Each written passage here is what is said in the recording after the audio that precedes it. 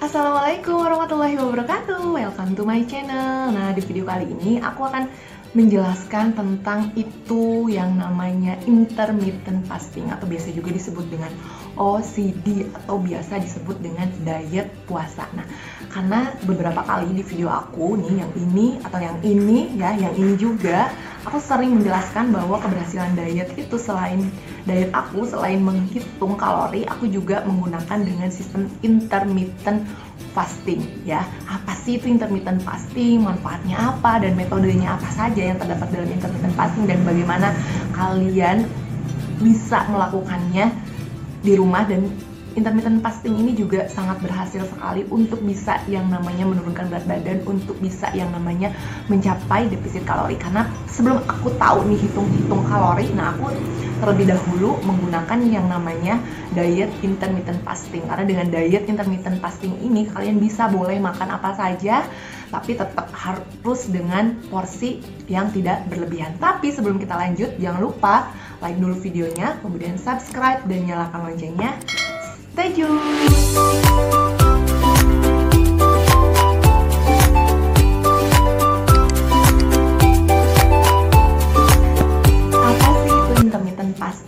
Intermittent fasting itu adalah pola diet yang menerapkan waktu berpuasa dan waktu makan secara berselang-seling, atau bisa juga disebut dengan jendela makan dan jendela puasa. Jadi dengan kamu melakukan diet intermittent fasting itu hanya harus mengatur kapan waktu makan dan kapan waktu berpuasa saja, tanpa harus memilah-milih makanan yang harus dimakan atau makanan yang tidak harus dimakan. Jadi cukup hanya mengatur pola makan atau mengatur kapan waktu makan, kapan waktu berpuasa. Apa sih manfaat yang bisa didapatkan apabila teman-teman melakukan diet intermittent fasting? Nah, selain teman-teman bisa menurunkan berat badan, banyak sekali manfaat-manfaat yang bisa teman-teman dapat ketika teman-teman melakukan yang namanya diet intermittent fasting. Yang pertama, menurunkan berat badan, sudah pasti ya. Yang kedua, itu adalah mengendalikan kolesterol. Jadi teman-teman bisa mengendalikan kolesterol yang berasal dari makanan-makanan yang teman-teman makan dengan teman-teman menerapkan pola diet intermittent fasting. Yang ketiga, itu adalah membakar lemak. Ya, jadi lemak-lemak yang berlebihan nih yang ada di dalam tubuh teman-teman semua itu bisa dibakar apabila teman-teman melakukan yang namanya diet intermittent fasting. Yang keempat itu adalah insulin lebih peka terhadap makanan. Jadi buat teman-teman juga yang memiliki diabetes, nah ini juga bagus sekali untuk teman-teman terapkan ya pola diet intermittent fasting ini, karena banyak sekali manfaatnya yang akan teman-teman dapatkan. Ada beberapa metode yang bisa diterapkan untuk bisa menjalankan intermittent fasting. Metode apa aja sih? Yang pertama itu adalah metode selang-seling. Apa sih itu metode selang-seling? Jadi metode selang-seling itu adalah metode di mana satu hari puasa, satu hari makan seperti biasa. Nah, satu hari lagi puasa, satu hari lagi makan seperti biasa. Seperti itu terus-menerus, atau biasa juga disebut dengan yang namanya puasa Daud ya bagi teman-teman yang beragama Islam. Nah, itu juga metode itu juga termasuk ke dalam metode yang namanya intermittent fasting. Misalnya nih dari Senin sampai hari Minggu. Nah, misalnya Senin teman-teman berpuasa, kemudian Selasa teman-teman makan seperti biasa, kemudian hari Rabu teman-teman puasa lagi, hari Kamis teman-teman makan seperti biasa, hari Jumat puasa lagi, hari Sabtu makan seperti biasa. Nah, hari Minggu itu adalah teman-teman melakukan yang namanya puasa lagi. Nah, itu disebut dengan metode selang-seling, dan itu juga termasuk ke dalam yang namanya metode yang kedua dalam intermittent fasting itu adalah disebut dengan metode eat stop eat. Makan berhenti makan. Apa itu eat stop eat? Metode eat stop eat itu adalah dimana teman-teman bisa melakukan puasa selama 1-2 kali dalam waktu 24 jam per minggunya, atau biasa juga yang disebut dengan puasa Senin Kemis ya bagi teman-teman yang beragama Muslim. Nah, itu juga bisa teman-teman terapkan apabila teman-teman ingin melakukan yang namanya intermittent fasting. Jadi dalam 1 minggu itu ada 1-2 kali teman-teman melakukan puasa selama 24 jam dalam 1 minggu. Ingat, dalam 1 minggu.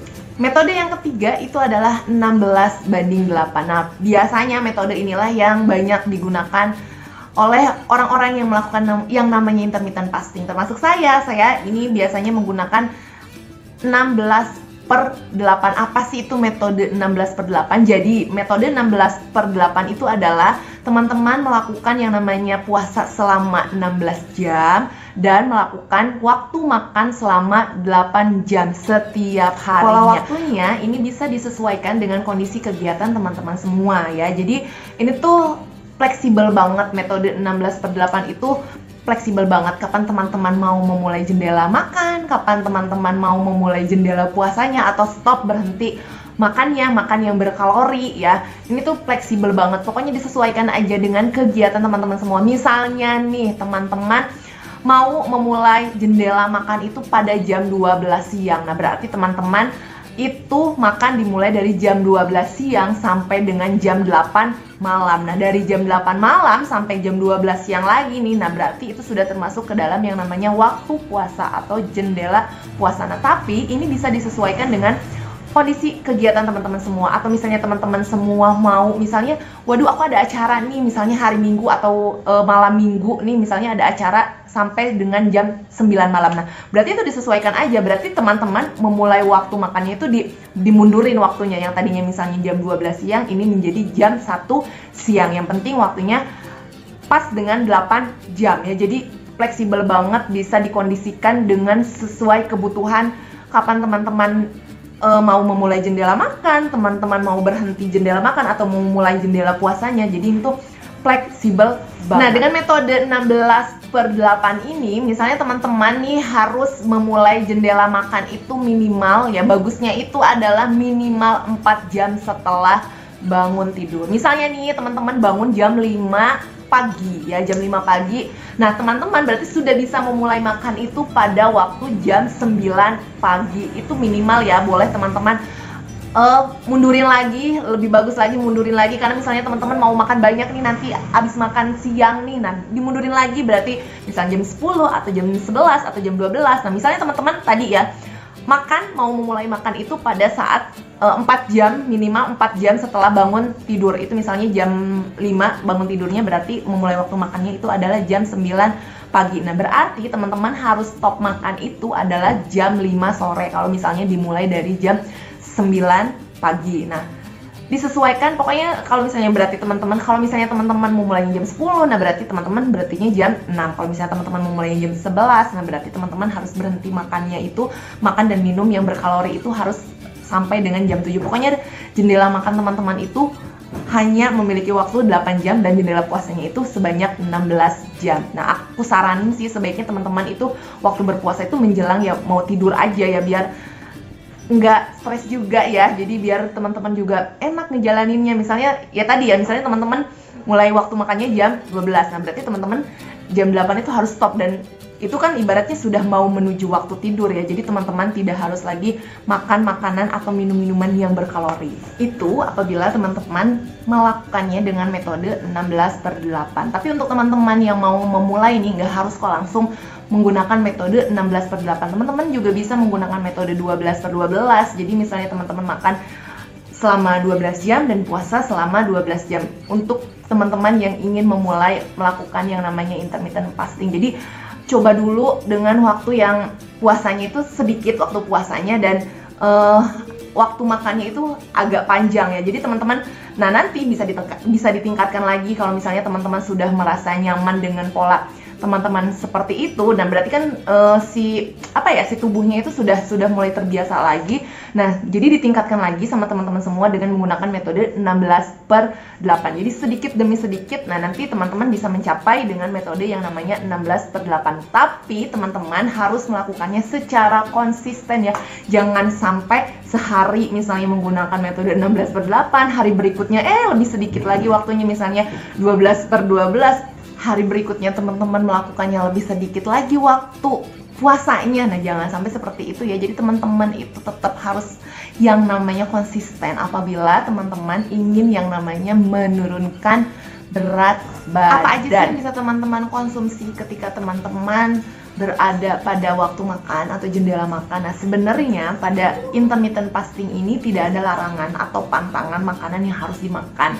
Jadi bisa teman-teman semua makan, makanan yang teman-teman suka itu bisa teman-teman makan. Tapi ingat, kalau misalnya teman-teman memiliki tujuan untuk bisa menurunkan berat badan, nah berarti tetap tidak boleh berlebihan, atau teman-teman makannya tidak boleh kalap atau barbar. Jadi tetap ya teman-teman harus makan secara normal. Jangan sampai pada saat waktu jendela makan teman-teman makannya kalap ya atau barbar, sehingga bukannya defisit kalori nanti malah menjadi surplus kalori. Nah itu bukannya malah teman-teman bisa menurunkan berat badan, malah bisa yang namanya menaikkan berat badan. Jadi intermittent fasting yang teman-teman lakukan itu akan percuma apabila teman-teman pada saat waktu jendela makan itu makan secara berlebihan atau kalap atau barbar. Jadi tetap harus dikontrol porsinya biar tidak berlebihan pada saat waktu jendela makan. Kemudian ada lagi nih pertanyaan, misalnya Kak, boleh nggak sih kalau misalnya pada saat waktu puasa kita minum, pada saat waktu puasa atau jendela puasa kita minum?